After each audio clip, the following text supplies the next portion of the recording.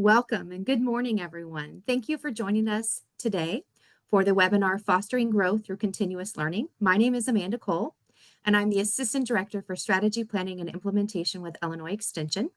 The Living Our Values webinar series is designed to foster a deeper connection to the core values that shape Illinois Extension: collaboration, credibility, inclusivity, and learning. Through this series, we aim to strengthen our shared understanding of these values, provide practical strategies for integrating them into our daily work, and cultivating a sense of unity across our organization. By engaging in these conversations, we reaffirm our commitment to excellence and ensure that our collective efforts continue to make a meaningful, impactful, and impact in the communities we serve. Before I begin, I just have a couple of housekeeping. Today's session is being recorded and will be shared back out in about 2 weeks.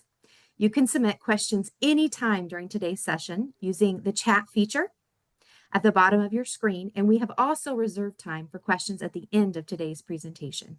Now it is my pleasure to turn it over to Bobby, who will be introducing our presenters for today. Good morning. Also, I just heard that you can't unmute yourself. So if you want to ask a question, just raise your hand and we'll be happy to unmute you. So we got the chat feature working, but it seems like the talking feature we'll work around. We'll make it happen. So as Amanda said, I'm Bobby Lewis Sibley, and I am the Outreach Associate for Strategy Planning and Implementation. So our presenters today are Dr. Jennifer McCaffrey. Dr. McCaffrey is the Assistant Dean for the Family and Consumer Sciences programs for University of Illinois Extension. In her position, she focuses on building healthier families by providing statewide leadership for extension programs in nutrition, family relationships, and personal finance. We also have Dr. Crystal Hodge. Dr. Hodge is an assistant professor in the Food Science and Human Nutrition department in the College of ACES. Her research currently focuses on community nutrition education programs involving both direct education and policy systems and environment interventions to improve access to healthy food and physical activity. We also have Elizabeth Wally. Elizabeth is an extension specialist with agriculture and agribusiness, and her major focus and expertise is the Illinois commercial specialty crop industry. So Elizabeth provides program leadership for several program events for commercial growers, including From Food to Flowers, the Southern Illinois Fruit and Vegetable School, and the Gateway Green Industry Conference. We also have Mitchell Walker. So Mitchell is a program coordinator for SNAP Ed, and he serves Henry, Mercer, Rock Island, and Stark counties. Mitchell also served on the Extension Strategic Planning Committee. And then last but certainly not least is Brooke Welty. Brooke is an office support specialist serving in Bureau County. She works directly with the public and the staff. She makes sure the office runs in an organized and efficient fashion, answers questions from the public using extension resources, as well as assists in program preparation in her unit. Jennifer, I'm now going to go ahead and turn it over to you. All right. Thanks, Bobby. Well, thanks everybody for tuning in this morning. We're doing something a little bit different for our last value of learning. When Bobby had asked me to present and talk about learning, I said, absolutely. But I wanted to be joined by some friends, kind of as like a fireside chat to talk about how we do this in extension. And so over the last few months, I've scoured our extension employee directory, and I'm like, who's really good at this? And I was fortunate to meet Brooke actually at one of our strategic planning sessions, and I'm like, oh yeah, Brooke is great. So I asked her to be on. Mitchell is so enthusiastic and has been awesome throughout this entire process. So of course, he was in. Elizabeth, she's been in extension for many, many years. And so we asked Elizabeth for her long history with extension. And then Crystal is one of our faculty members. And so it was nice to be able to provide that perspective as well. So there was a method to the madness in terms of who's on the panel, and I look forward to having them share their perspectives as we go over our time together in the next hour.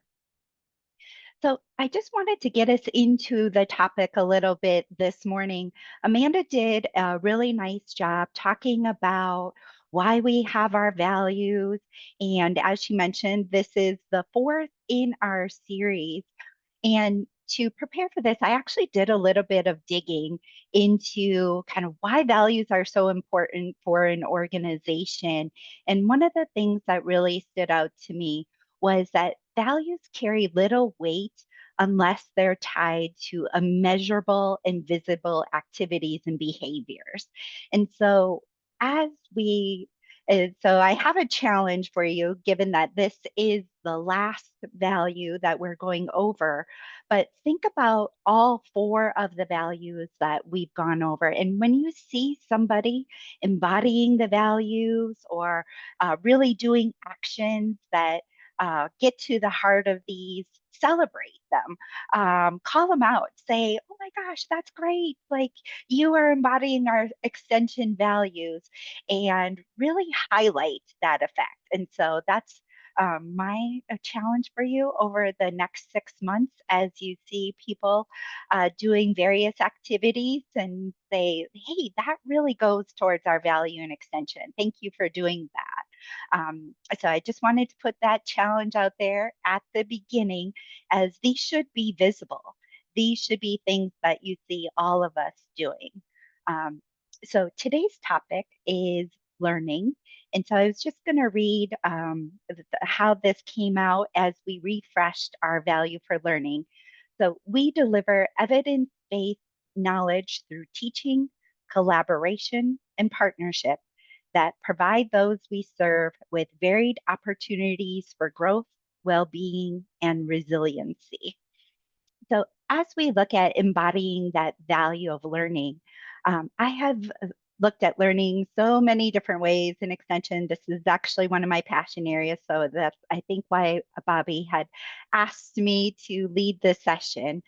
But when we think about learning, learning should be timely, right? What they need right now, relevant, useful, meeting the needs, providing solutions based on scientific evidence and through proven techniques, right? Sounds like what we do in extension, right? But for us in extension, learning is actually twofold. So not only is it for the work that we do with our audiences, but it's also for us as team members. So as we get into the questions with our panelists, you will see both how we help others learn, but I'm also going to have them talk about how they have learned over the course of their career. So these first couple of questions are for all panelists. So feel free to chime in, and it's okay if you all answer.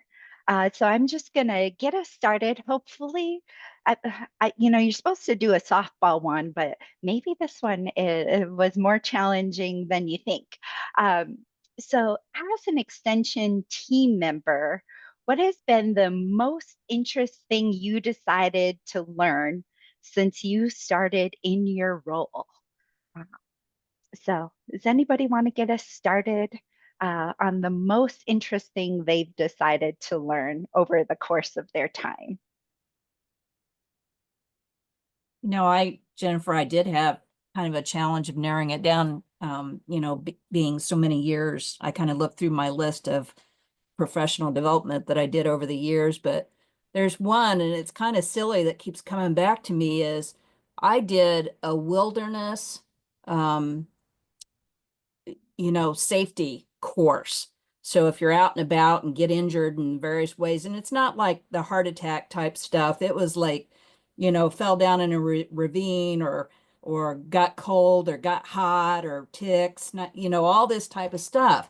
And, that's not really my area of specialty. So it wasn't in my big comfort zone. But the group that put it on were really into special effects makeup. And so we would, we'd be like, doing the educational part, and then they would release us, and we had to respond to this, injury scene. And we'd walk into these scenes, and I mean, they look graphically gruesome.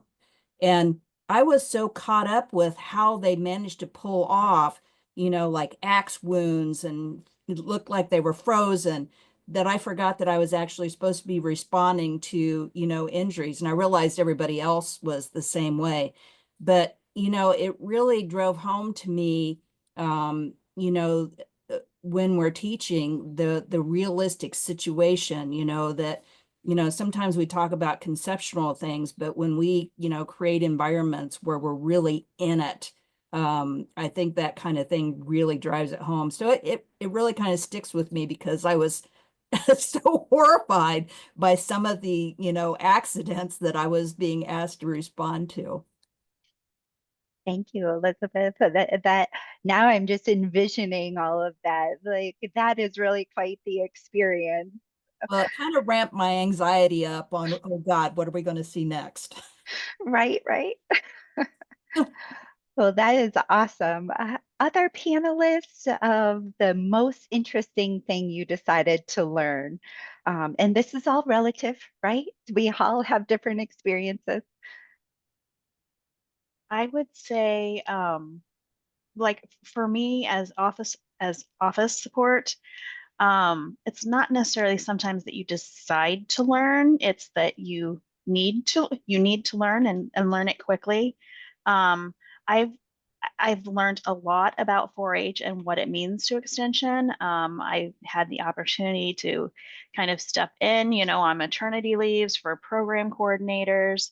Um, so I would say I have learned a lot about 4-H that I did not realize I would learn um, when I started.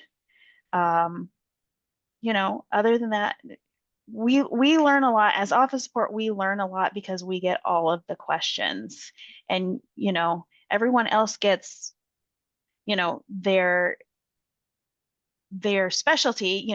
We go to people to ask answers, but we end up finding out information about everything. um so we get to dabble in it all. So we get the ag questions, we get the bug questions, we get the how long is my food good in this power outage questions. We get laundry questions. We get it all. So there's really not a most interesting thing that I've learned, but there are a lot of things that I have learned um, just by answering a phone. I love that. The breadth of material that you get asked. Thank you so much, Brooke.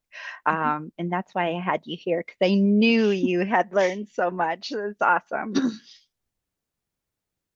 I'd like to jump in on this one too. I think this work exposes us to a lot of really cool people who have done a lot of really cool projects, just that are like extension adjacent. One of the projects that we've been working on for the last 3 years is a community garden that we got going through the Growing Together Illinois grant. Um, and a community garden, I think, is just such a receptive space to other people who have done good work in their communities. And um, I was racking my brain on this question, trying to think of like the most interesting thing that I learned. And I think it actually is something that I didn't, it wasn't even that relevant to making the community garden, but it was built through that connection. Um, and it was one of our master gardeners who was involved with the project. He's been an arborist for like 40, 50 years. And he was telling me a story about how he was on an expedition along the Mississippi River up in northern Illinois, and they found a pecan tree in the middle of an island along the Mississippi River. And they're like, what? These don't grow here naturally. And so he like took cuttings of it and sent it to some buddies of his at another research institution down south, and they spliced it with another cold climate pecan tree and they gave it back to him. He planted it in his yard, and fast forward 18 years, that pecan tree started fruiting. And now we have pecan trees that fruit in Illinois, in northern Illinois. And I remember him telling me that and be like, this is the coolest conversation I've ever been a part of. Like, it's just really, really interesting. And Does it have a whole lot of relevance to my job? Yeah, in the ag sense and in the like, the research sense and stuff like that. But it was also just like super cool, really, really interesting to hear him talk at length about that.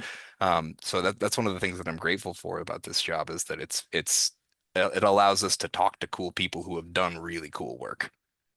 I love that. I love that. Yes, the countless things I have learned over the years is amazing. And Mitchell, what you said is exactly right. Like everybody is bringing a story and helping us learn just as much as we're helping them learn. I love that. Kind of add to that as well. Just thinking about the Extension Academy that I was in last year, and this is my second year as faculty at U of I. So I'm learning a lot every, day pretty much about what everyone does. But during that Extension Academy, we went to Southern Illinois and, hearing about the history, some of the changes that have happened in that region over time and the health challenges that are therefore faced because of those changes really kind of made me think a little bit more, first of all, about the fact that Illinois is a lot different from places that I've lived in previously. And I'm from Michigan, which is not that far away. But yet there are a lot of different, the differences in terms of the regions, the populations, et cetera. I appreciated hearing that history from folks that lived in that region. Yeah. Thank you, Crystal. I know we often talk about from Chicago to Cairo, and it really is all the different towns in between and on each side. And so I think you're exactly right. Illinois, one, has so much to offer, but then also has so much diversity as well. So thank you for sharing that. Well, good. We're off and running with our first question. So I will move us to the next question. Uh, in general, how do you decide what you need to learn about? So this is kind of that professional development plan we are all tasked with. So does anybody want to kick us off? Like, do you go about, what am I going to learn about this year?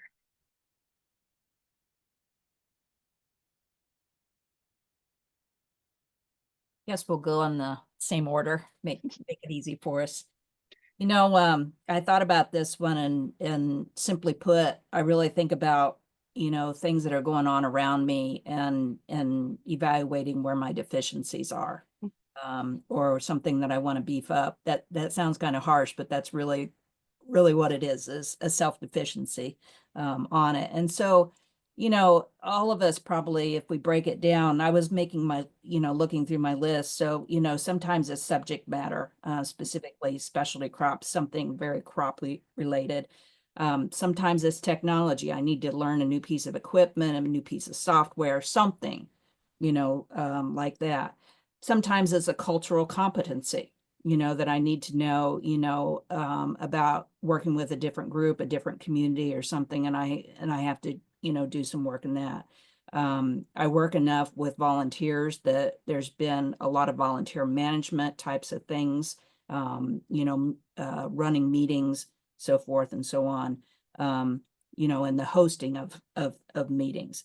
But, the last group, and I was kind of surprised at how many things that I've actually done, and it comes down to work-life balance.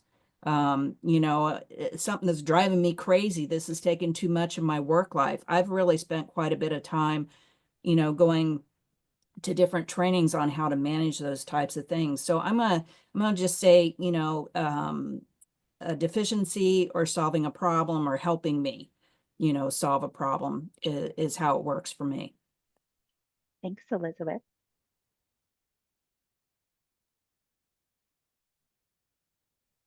Okay, so I'll go next. I would, as I said kind of before, a lot of mine stems from what comes in. Beyond that, you within extension, you take on new roles, you learn new things because you're going to start, helping out more in the office. Changes in procedure, which extension does frequently, we change how we do things, we change, you know, we update our websites, we do, so learning all of those kind of things. sometimes what we decide to learn about though too is because what's being offered, like last year I did one of the book, we were offered the book clubs. So you decide, okay, I think maybe this is something I need to work on, because there are a lot of opportunities that are available to us. And you do get something from them. You do grow personally, on top of professionally. Um, so I would say, yeah, for office, for office support, a lot of times what we learn about and decide to learn about is already is given to us because we take the phone calls. Um, but there are certainly the opportunities, to take and learn, with what is being offered, through extension. Yes, I can list like off of five, accessibility, right? Right. Stop. I had that put down too, right? Accessibility right now is kind of, on the forefront, too, and learning how to make sure we are doing that everywhere. So yeah. Yeah, thanks, Brooke. Really well said. I'll jump in. I think this extends beyond program coordinating and SNAP-Ed specifically, but something that I'm thankful for is that our extension job descriptions are pretty loose, which means we get to approach partners that we're going to be working with on whatever and like ask them what they need or ask them what they want to do and kind of like craft our projects around like a vision rather than a like here's what we must do kind of like playbook or whatever. Um, and extension is full of best practices and recommended methods and stuff like that. And then those are all like really useful tools, but we're given the luxury to craft our interventions kind of based on what partners actually want to do. And that's your compass. That's how you decide what to learn, is how to help that vision along. And I think that's also how you get buy-in from partners. Um, and along those same lines, I think we're really well positioned in extension to like fill in gaps and provide services to be, like the missing piece. And I think if we're doing our jobs right, we have a responsibility to learn how to do the things that our partners need, but maybe like lack the capacity to do themselves. Or at the very least, we should like learn who is providing that missing piece and get them connected to whoever's providing that. But as far as deciding what to learn, I frame it all in terms of what is going to help us fulfill that partner's vision. Um, I also think that the 11th hour can be a pretty powerful motivator for deciding what to learn too. I like that. And between you and Brooke, it's like after my own heart, it's like what you have to do, right? And so you learn the things you have to do. And then, Mitchell, you talked about what we get to do, right? And so I look at learning as, yeah, we have to do, and then it's what we get to do. And so thank you. The two of you together like embodied my whole spirit. And I'll chime in as well. So my position has three areas of focus: teaching, research, and extension or outreach. So for each of these areas, I said that I've been here for 2 years. However, I've been working in this field for 23 years. So you would think, well, you probably know what you need to know, and that's absolutely not true. Like I always need to learn something else because people change, the field changes, everything changes. So you have to stay abreast of, the areas of focus of your work. So for me, in terms of teaching, like right now, I had just finished a teaching academy, which was really interesting, thinking about the fact that people are always changing in terms of like who you're reaching and how you reach your audiences. So I'm thinking about my students and the fact that they're not the same as when I was a student. I mean, that's just the fact of the matter. So I have to continue to think about ways of reaching people where they are and figuring out how to be most effective with that. And what comes naturally to me in terms of how I learn is not how everybody else learns. So, taking time to kind of think about how things are changing within your areas of focus of your work, and then what do you need to do to kind of catch up and be most productive in those areas? Yeah, I think we were just talking the other day about the use of AI in classroom teaching and how you can lean into it, You and have have your, to. right, yes, have your students actually use it as part of the class, or there are people like my son who use it anyway. So, right. Exactly. So even if we say don't use it, we know that people are using these technologies. So how can we use them to and provide parameters for the use of them so that they can be used in the most productive way for students to continue to learn as well at the same time? Yeah, thanks, Crystal. Is it- So, moving to our third question, and this one I think is a really good one that probably your colleagues are waiting to hear about. How do you make time for learning those new things?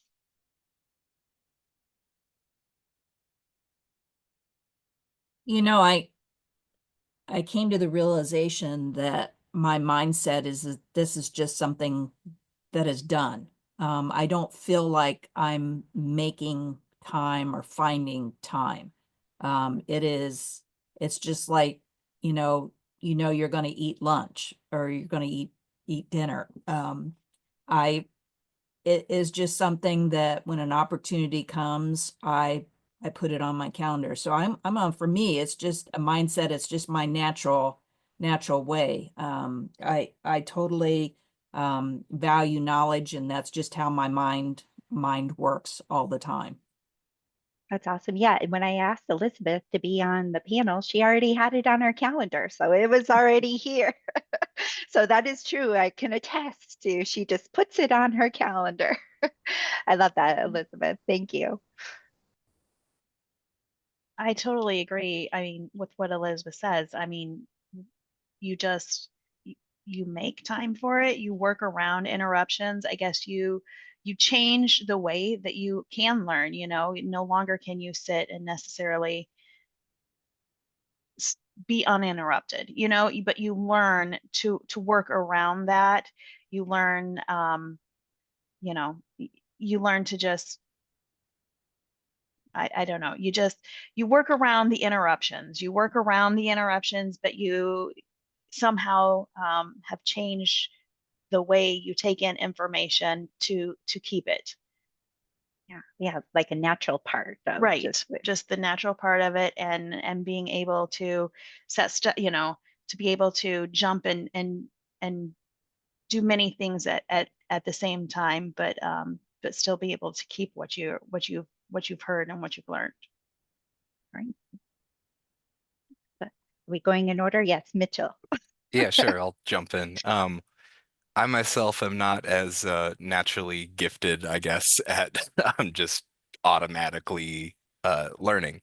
I kind of have to put myself in the right mindset for it.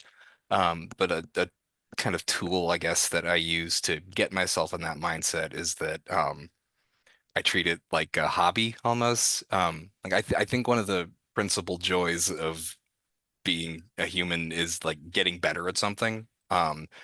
And I value being good at my job. And so if something is going to make me like ostensibly better at that job by knowing it, it's worth dedicating time to it, whether that's scheduling the time or, while I'm scrolling my phone, like what am I going to be pulling up on my phone if I'm just going to be scrolling it anyway? Um, so like kind of reframing it as like, why do you read romance novels or why do you play video games or why do you garden or whatever? Like if you treat learning something more like life enrichment and less like homework, then you sort of find the time because it feels good to get better at something. And I think that kind of more turns it into a hobby. Um, and also like the internet makes it really easy to learn about literally anything you want. And so you start from step one of like, oh yeah, that I would be better if I knew that kind of thing, and then one thing leads to another domino style, and eventually you're on your like third Wikipedia page of the night. Is it gonna do they call that rabbit holes, but down a rabbit hole in a good way, right? Thank you, Mitchell.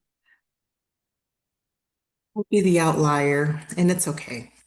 Because That's for right. me, it's hard because I have a lot to do, and I know a lot of people can, kind of connect with the fact that, there's always something that you have to do. And so sometimes things kind of get pushed out of the way and you can neglect those things if you don't make time for it.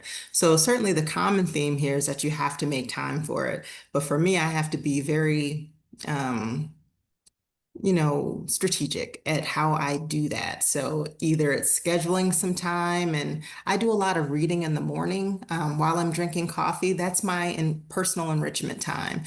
I'm usually just sitting on the couch. I wake up early and I don't start working for at least 2 hours after that because that's just how I am in the morning. So I take that time to read, I take that time to catch up on emails and to do things that, I can kind of slide into the day. So that's the way that I make time for learning by, setting aside that time for myself. Otherwise, I wouldn't do it because, you just get busy with doing everything else that you have to do. Well, for me, Th- that's my situation. Yes.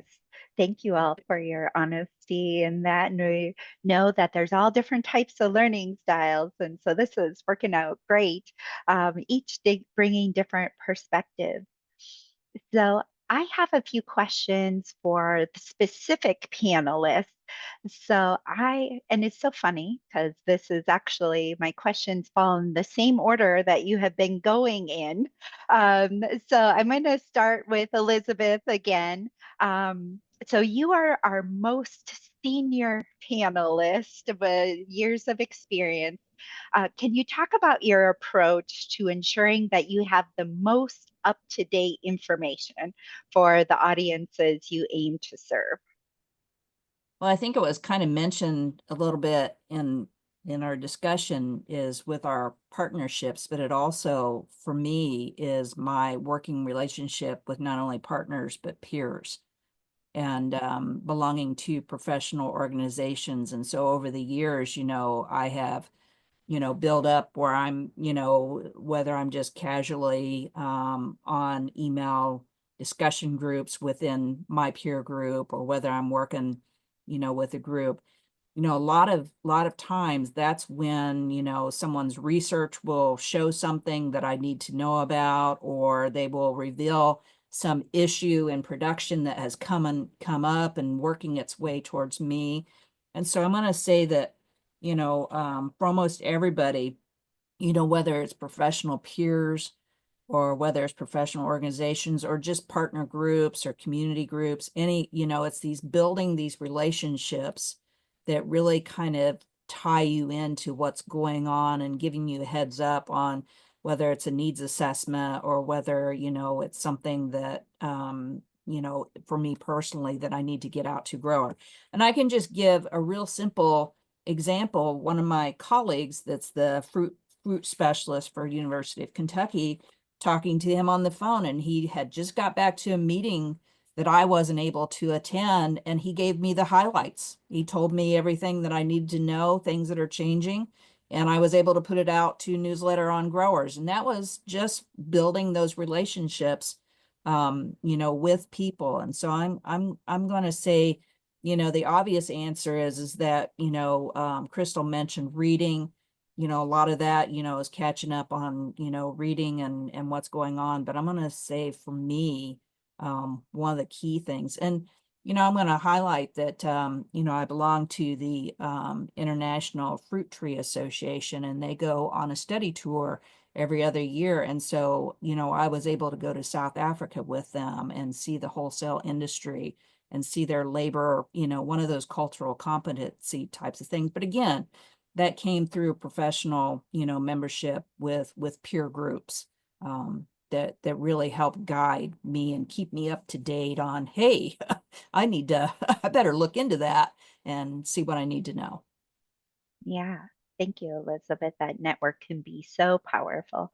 My phone has been buzzing off the hook this morning, speaking of some networking things. So it can be powerful, and it's easy to say, what did I miss?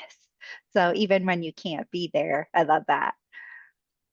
My next question is for Brooke. As one of our office support team members, what is your approach to meeting the needs and providing solutions when people call the office? So first thing, I mean, obviously is, just listening to the questions. The first thing that I think is, okay, do I personally, does our unit have an educator who can, who can help and who can answer this? I've learned a lot through the years, and we are fortunate that we have a couple of new educators in our, but there's a lot of information that I do know that I get from the website. So there are always things that I myself know that I can answer. But having like a new ag educator, it's a wonderful thing, because a lot of times someone may call in with one question and it may be a question I know the answer to. But there's a lot of follow-up questions that I don't know. And of course, the environment that we are living in right now, things are changing daily on some of the questions that these people have. So first off, having an educator or in our unit, but then also just knowing the resources that we have statewide with other educators who have always been very, been very open to our requests. The other thing, like I said, is searching our website. We have a lot of information, because I don't, you only want to give out research-based information to the people who are calling in. I find a lot of articles on our website, just typing in the keywords on our website. I find a lot of articles that sometimes I can send out email to people that answer all of the questions that they had. Sometimes I think our website is like, this hidden thing, because I know people are looking on the internet, because this is what we do too. But there's so much information on our website when you just type in a couple of keywords. There are so many links, YouTube links. I mean, the webinars that we've done that people could use, so I make sure that I use it, and then when I'm giving it out, I feel like, well, I'm opening up extension to them a little more as well. And like I said, my biggest thing on that then too is just a follow-up, just to make sure if I am passing a question along because I do not know, then making sure that someone is getting back to them, or that I can get back to them with an answer, making sure that the public is getting what they asked, what they called in to ask about in the first place. Yeah, I love how you describe the website, and marketing and communications might want to hire you as a spokesperson for that. I love that. And thank you for highlighting the follow-up, that customer service, right, is really key to make sure they got the answer. So thank you for highlighting all of those various aspects. Right on. So now when I'm looking for something on the website, I'm going to call you, Brooke.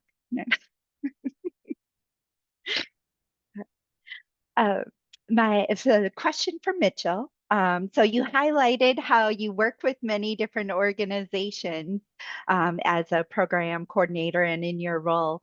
How do you help them have the information that is timely and relevant? Sure. I think probably the most important part of it is to make sure that the people you're talking to are receptive to the information that you have to offer.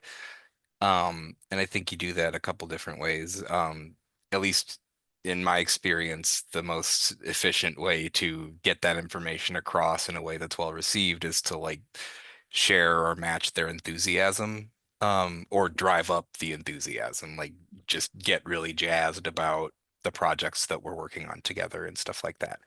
I think showing that you are also enthusiastic about that work is kind of the gatekeeper for getting them to actually listen to you and value your insight and your contribution. Um, Another thing is to make sure that the information that you're bringing to them is grounded in like assets that they're already interested in. Like we talk about it like a asset-based programming. You build out what these partner organizations are already doing well. You build out those assets and match their enthusiasm for it, and that I feel like, encourages them to be more receptive to other suggestions that maybe require a little bit more work, that are less in line with the assets they're already doing well, and make it easier to convince them that it's like worth pursuing. Um, I also think arguably the biggest factor is to facilitate relationships with other people that are involved in the work. um Chances are, like, I'm thinking about like food pantries, one food pantry to the next. Chances are that if one pantry is experiencing an issue, you know food shortages or whatever, um the adjacent neighboring pantry is also going to experience something similar. And talking to each other, making a connection between one pantry and the next, kind of like hedges our bets against those problems getting out of hand. And I think in that way, talking to each other can kind of be like preventative maintenance for solving problems before they even, arise or before they get too out of hand. So facilitating communication, I think, is probably the best route. Yeah, I love how it said, you're not asking them to do something they don't have the resources for. And so that's very, very helpful. And then, yeah, sometimes the best learning is people putting people together so they can learn from each other with a food pantry example. So, so many good strategies. So thank you, Mitchell. All right.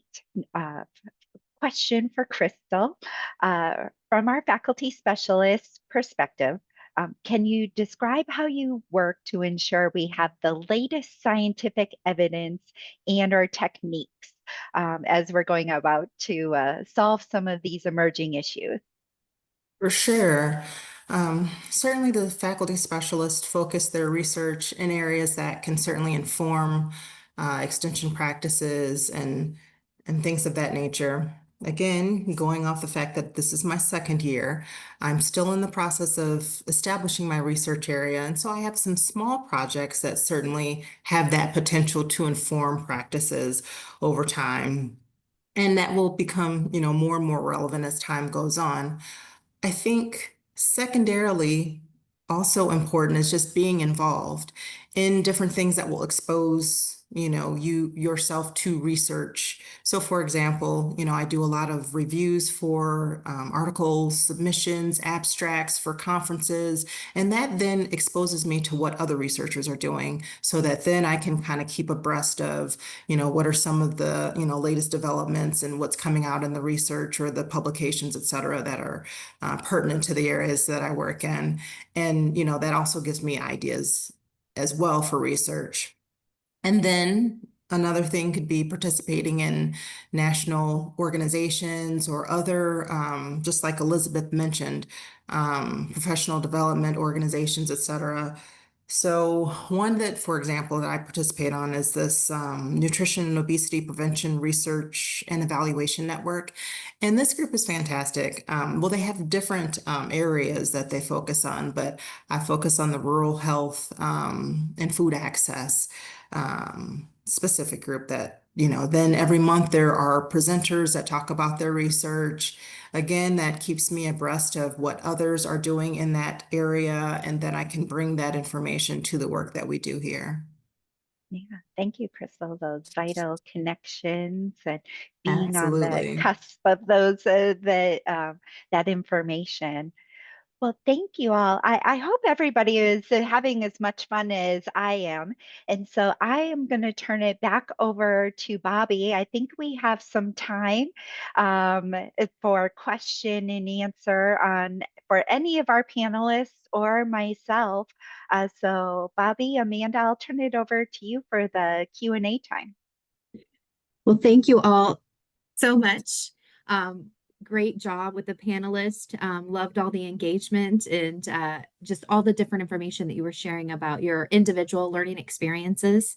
That's very, very helpful for those opportunities for us to connect. So as was shared earlier, the chat feature is working. So now is an opportunity to ask questions of the entire group of panelists or one of them or two of them individually. So we are watching that. You also, if you would like to ask it live, if you'll raise your hand, either myself or Bobby Lewis Sibley will unmute you so you can ask your question live.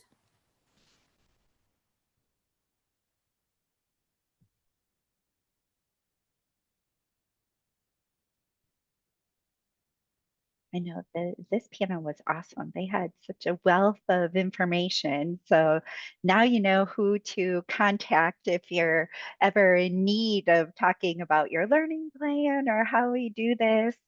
I see lots of praise coming in. Okay, Here, I we have think a there's a question. question. Any of the panelists, is there something that you look forward to learning next?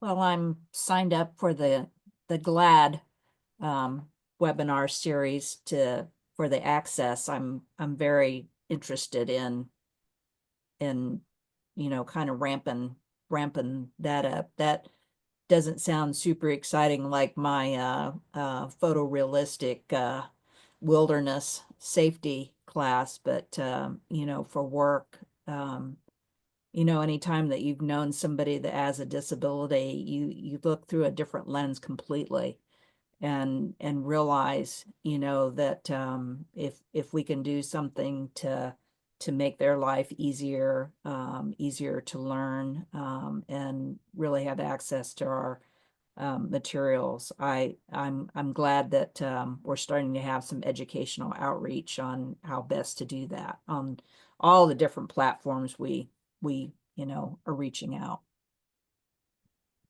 Thank you for sharing that, Elizabeth. Are there other panelists that would like to share? Yeah, I'd like to jump in on that one. We recently attended our Illinois Nutrition Education Programs Conference, and one of the main topics of conversation was trauma-informed care, and all the really cool research being done into that and how it affects people's behaviors regarding health and food and stuff. And um, more than I think anything else I've seen at Extension so far, like the research on it feels so like recent and fresh that I'm really excited to see how that gets integrated into SNAP Ed programming in both direct education programs, but also in framing PSE interventions and how we're going to take all of that new information about the science of people's associations with food and how we craft interventions to accommodate that. And it's gonna change our jobs. So I'm interested to see how that that develops going forward. Thank you for sharing that, Mitchell. Are there others that want to share on the first question? I know we've got a few more questions that have popped in here as well.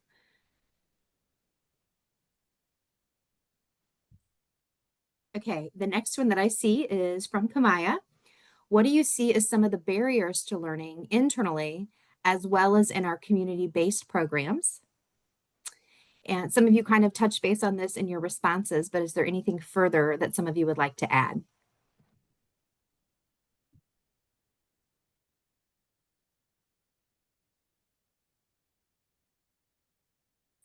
Thinking about barriers, and I guess my only barrier is I could spend all of my time learning something. And so as Crystal says, we do have to be judicious in, what we're doing, when we're doing it, how we're doing it. And so I just across the board, it really needs to be somewhat targeted and have some application to why you're doing this professional development. I could go to all sorts of stuff and probably people would look at me a little bit sideways of, well, I don't know about that, Elizabeth. So I try to have application to everything I'm doing. So I'm going to say time. We can't do everything. I think Thank I you for sharing. can. Go Oh, ahead. I'm so sorry. I was just going to dovetail on that and say, finding that balance too, because, between the time that you have and then trying to determine who do I need to hear from in order to tailor my activities to that audience, what do I need to know about, whatever it is that I'm doing, that all takes time, but you have to find the balance too. So that in itself is difficult and, kind of reaching that threshold for when you have enough information to move forward and when understanding when you don't. Thank you for that. Anyone else want to jump in on this question? I would just say, because I speak more to the internally, the internal, having a great unit, having people around you who are willing to step up. For us, like I said, we're kind of um, we're kind of front line. So just having coworkers, around you who are willing to step in too and help out when there's something that something that you're wanting to do, something that you're wanting to learn. Like I said, one of the webinars that you're wanting to learn, making sure, if you have people around you who are receptive to that and receptive to helping out, your part of it, while this is so you can learn more, and not have to break away.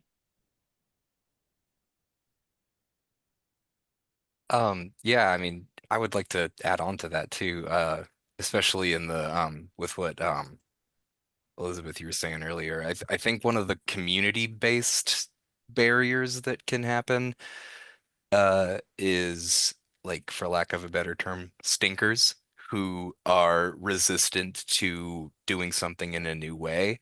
Um, I'm sure pretty much every program area and extension has experienced that, where you're working with a partner that maybe is like really, resistant to trying something new. And I don't know exactly what the best way to navigate that is, but I do think, going back to the point about enthusiasm and how important it is to like lean into something that someone's doing well so that you can develop a relationship enough with them that they will hear you out when you do bring new information to the table.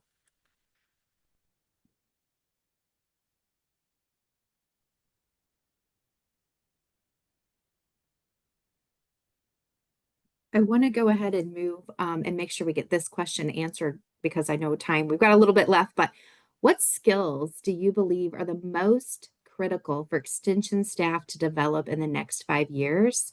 And how can we best support that growth? So again, this is for anyone on the panel. You're all coming from different areas of expertise and different positions. So I would love to hear, and I'm sure that Bobby, who asked this question, would love to hear as well, all that you can share with us on what you really think are some critical skills that we really need to be engaging and empowering staff in for the next 5 years. It's embarrassing to say I don't remember who the speaker was, but her talk on building trust at our annual conference, maybe some of you can remember, that just really, I mean, I like had a light bulb moment when she was talking about, because I was, thinking about all the community groups or all the individuals that I've worked with. And the reason that I'm, successful is because I, had the opportunity to build that relationship, build that trust, just like you inherently trust your parents because you're parents in general. And you think about how trust is developed and the ramifications of breaking trust. It's very hard to get back once it's broke. And so I'm gonna say, one of the things, and not in the next 5 years now, is something that extension is very good at, is building these relationships long term and why we can be successful. And so when talking to new staff, I think that it's critical that they develop skills, if you're shy and it's not, not your thing to really do it, both internally within extension, know who your, coworkers are, who to go to. Brooke talked about it very well. That's a skill she's had to develop. Who knows the answer? Who do I go to? I think that's critical, but it's the same thing with all of our partner groups and developing more partners, working with individuals. It takes that commitment, that repeated relationship building. And that is a skill set. That's not something that comes natural to everybody. So I'm going to say that that's one of the things that I have found very useful for that person who, immediately calls somebody, checks on them, is working with them. It just daisy chains to who knows who, through those relationship building. And I think that's, the basis of extension is our partnership building and building trust. Thank you, Elizabeth. Someone put in the comment box, maybe it was called the 7 pillars of trust. I've gone through that training. Do others want to give an example or expand upon that? Does anyone remember when that was? It was annual conference one year. It was just an excellent presenter. Yeah, the trust edge. Yeah, was that the book? Yeah, and Janice just put it Yes, she in. did. Yeah. Yeah. So I've actually gone, Extension had a training on it. Oh gosh, I don't even want to say how many years ago on that, but I highly recommend that to everybody.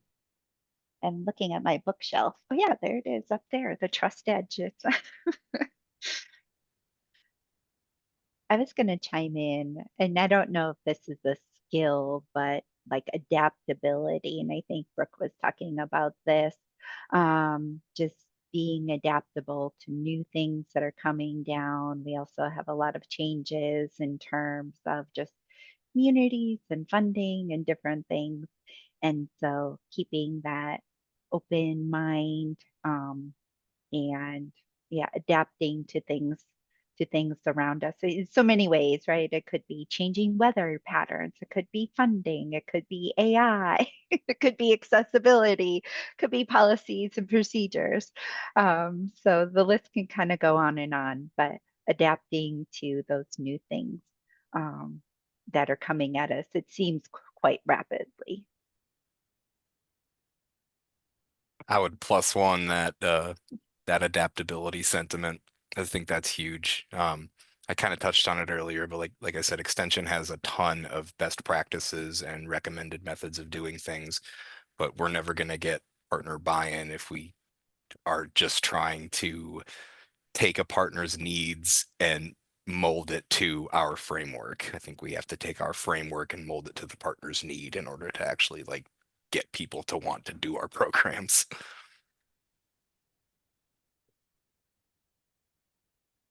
Anyone else want to add to that? But I think those are great foundational characteristic skills that we can all benefit from in this ever-changing world. So Just going to add to that. I guess this kind of goes in line with adaptability. But I just think as maybe the younger generation who will be joining our workforce enters, there will be a need to focus on the communication skills or the fact that, their communication skills are just different than, what maybe we might have had over time. And of course, as we, hire new people, we need to be in mind or keep in mind that, they may need additional, facilitation skills or other tools to effectively communicate with their audiences and building those relationships and understanding how to do that because we might assume that they know how to do that, but I don't think folks know how to do that intuitively. And it's kind of, I don't want to say it's a lost art, but it is maybe not as important to younger people as it was when, maybe others were younger. So it's something to keep in mind of the trend changes that are happening.